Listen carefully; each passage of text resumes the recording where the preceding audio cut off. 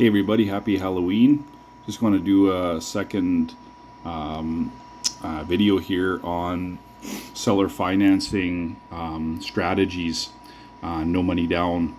One thing that I find is pretty common in the marketplace, particularly among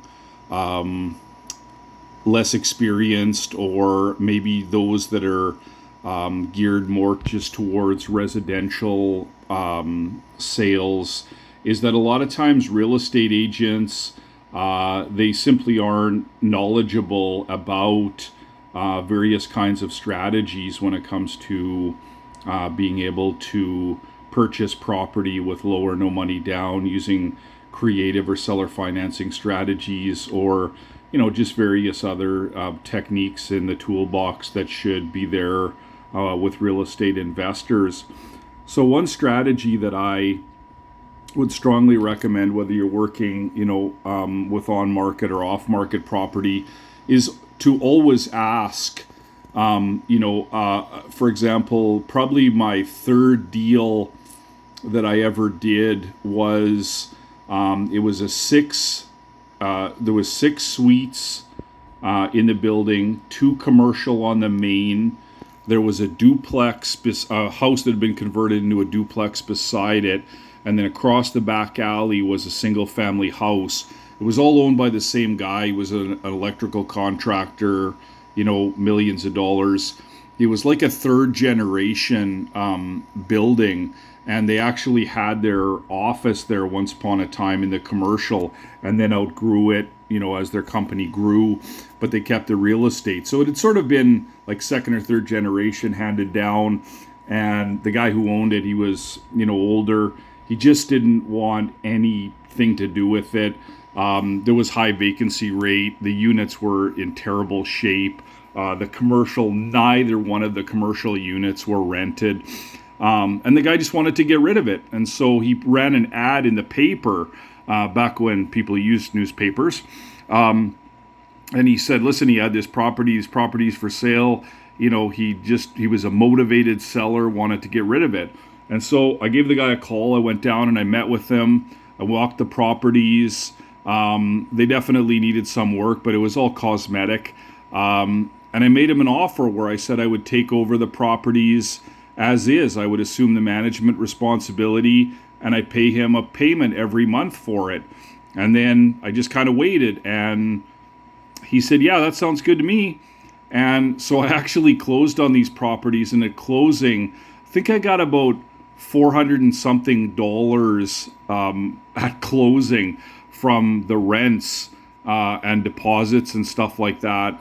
So it was a pure no money down deal, no money transacted hands, and that likely would have never happened, with a lot of on market deals, because realtors would say, oh, it's impossible to do that, or it's illegal to do that, or some ridiculous nonsense like that. A lot of realtors will, not the educated ones, not the ones that know investment strategies.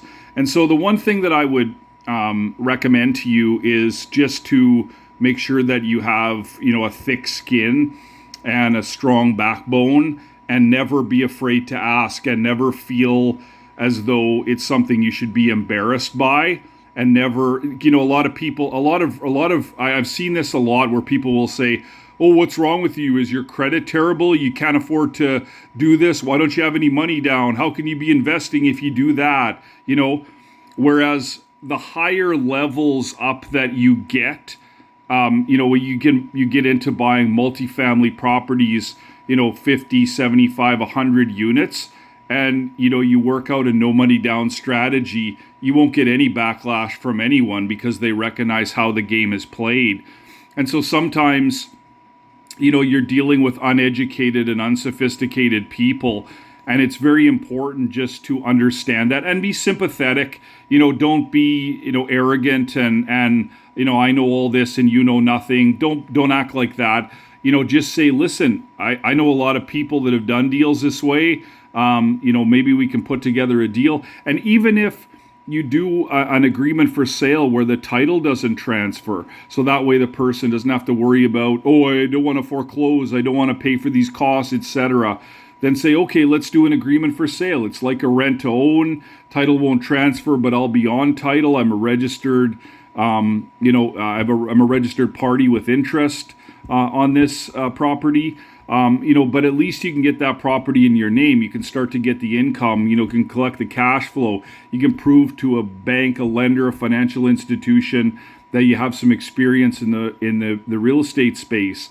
But learn some of these tools in your toolbox, and don't ever back down from somebody that tries to make you feel silly, foolish, embarrassed by asking the question. I know people that play this game at the highest levels, and some of them have bought multi-million dollars worth of real estate using zero cash or none of their own cash down.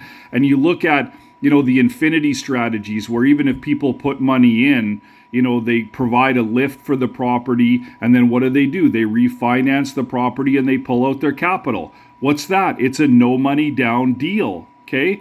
So don't let people make you feel foolish or embarrass you by asking these questions. These are legitimate concerns. Listen, you're an investor. They're a seller or they're a seller's representative. It's their job to transact a deal. However that deal looks shouldn't be relevant or material to anybody. Nobody should take offense to it. I mean, if you don't want to do it, if you can't do the deal, if financially it's not viable, fine. But, there's no reason to be emotionally charged about it. And it's important as investors just to recognize that, you have a legitimate service that you're providing. You're willing to do the work. You're willing to scout the deals. You're willing to do the hard lift and get the better tenants in there, get the property at a higher valuation. That's beneficial for everybody. The banks love you. The real estate agent loves you if you relist it with them. The tenants appreciate a better quality of property at the end of the day. This is not a situation where you should be walking with cup in hand, begging somebody to give you a deal. Recognize that you have value in the marketplace. And then when you approach those deals, even if you don't need to do a no money down deal, even if you have cash in hand, it never hurts to have that capital saved up for another deal, for another reason, and so always ask these questions. Always ask how you can be flexible, where there's opportunities for you to be able to, get in on a lower and no money down deal. So yeah, that's it. Have a great day.